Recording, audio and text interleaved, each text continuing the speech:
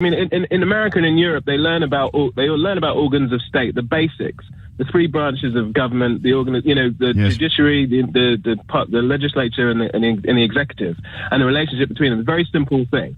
And if you learn this early on, then you... Well, hang on a minute. They're about to vote. They're about to vote for Donald Trump, so I'm not sure things have gone that well in America when it comes to the educational... I'm not entirely sure that it's uniformly taught in America. I'm thinking more Europe. But, right.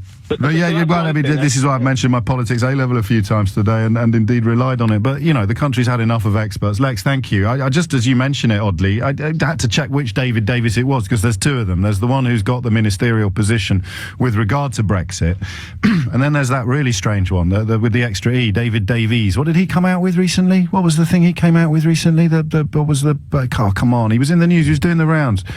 He'd said something about... Oh, anyway, he's tweeted already to say, unelected judges calling the shots. This is precisely why we voted out.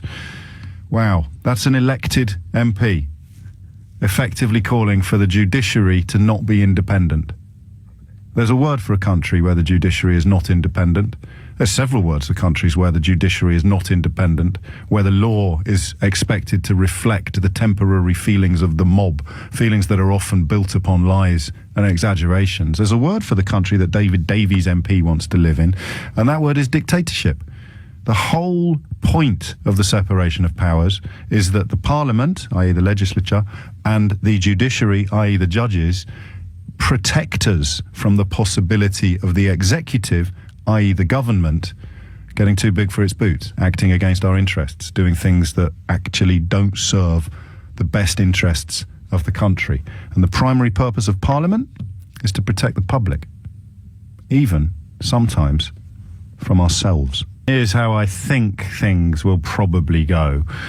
And no one surely can argue that this would be bad, is that we'll get really strong scrutiny of exactly what Brexit looks like, rather than these meaningless platitudes from people who've already fled the country in pursuit of fame and fortune about, sovereignty and You want to talk about sovereignty, you talk about the rule of law. You want to talk about the rule of law, you talk about the primacy of Parliament. You want to talk about the primacy of Parliament, you talk about the judgment today that found our constitution does not allow prime ministers to enact things like Article 50, written by a Brit, Did anyone tell you that? Even Article 50 was written by a British bloke, Scottish professor.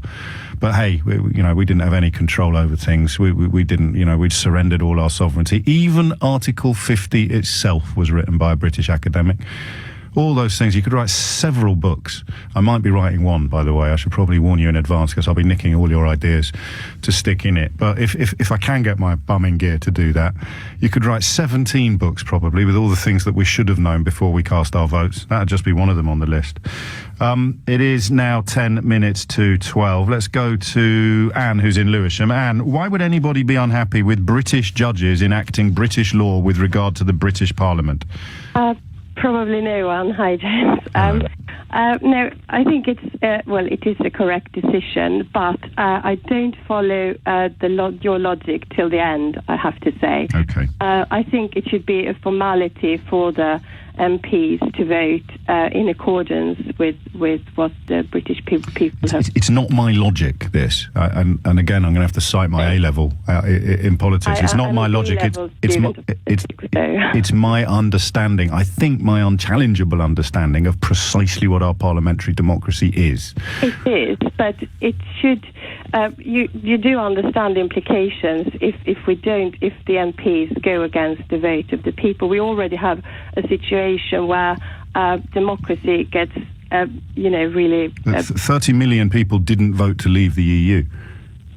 No, that may be correct. 17 million people did. Every single MP or Parliament as a sovereign body has a responsibility to everybody in the country. So you can't say they should put the wishes of 17 million people ahead of the wishes of 30 million people who didn't vote to leave the EU. Not 30 million people did vote not to leave, or to stay. That doesn't matter. They didn't vote to leave. The people who did vote, the people who do believe in democracy, they go out and they vote when they can. And no, because one of the reasons why you don't vote is because you believe in democracy. You trust the MPs to do it. You don't go to the referendum because you trust the MPs. That's the problem. Do you trust democracy more than parliamentary democracy. You trust parliamentary democracy more than democracy. Only because it is the job of an MP to scrutinize. Well, hang on a minute. You've asked me a question. I'm allowed to answer it, aren't I?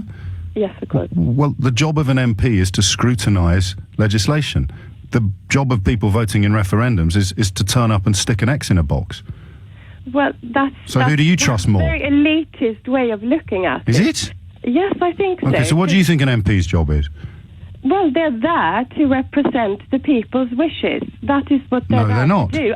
They're there to represent the people's interests. Well, I disagree with that. Well, then you're not talking about the British Parliament with respect. Well, that's enshrined in our constitution. If it's a democracy, it should represent the people's wishes. All of the people. They act in the best interests of the country. And the best interests of the country are not served by committing economic suicide.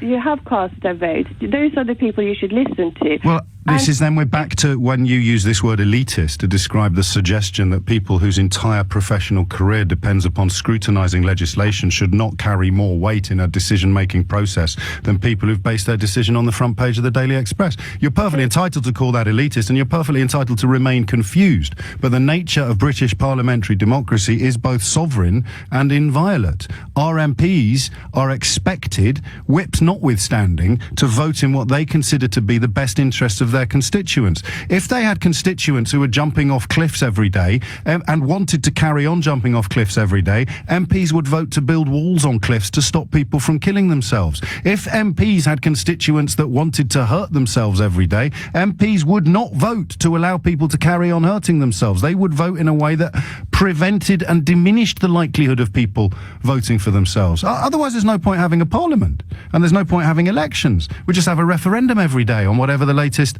tabloid-driven, hate-filled drivel question has turned out to be. And look, I mean, you bring out the worst in me, because you talk in a way as if this is somehow hard to understand. You know it's not hard to understand. You choose not to understand it because you prefer mob rule to parliamentary democracy. That's your prerogative. But don't call me elitist when you're endorsing mob rule against sovereignty, parliament and democracy. Matthew's in Heathrow. Matthew, what would you like to say? Have I scared Matthew off? I probably scared him off. Took too deep a breath before that. Is Matthew there?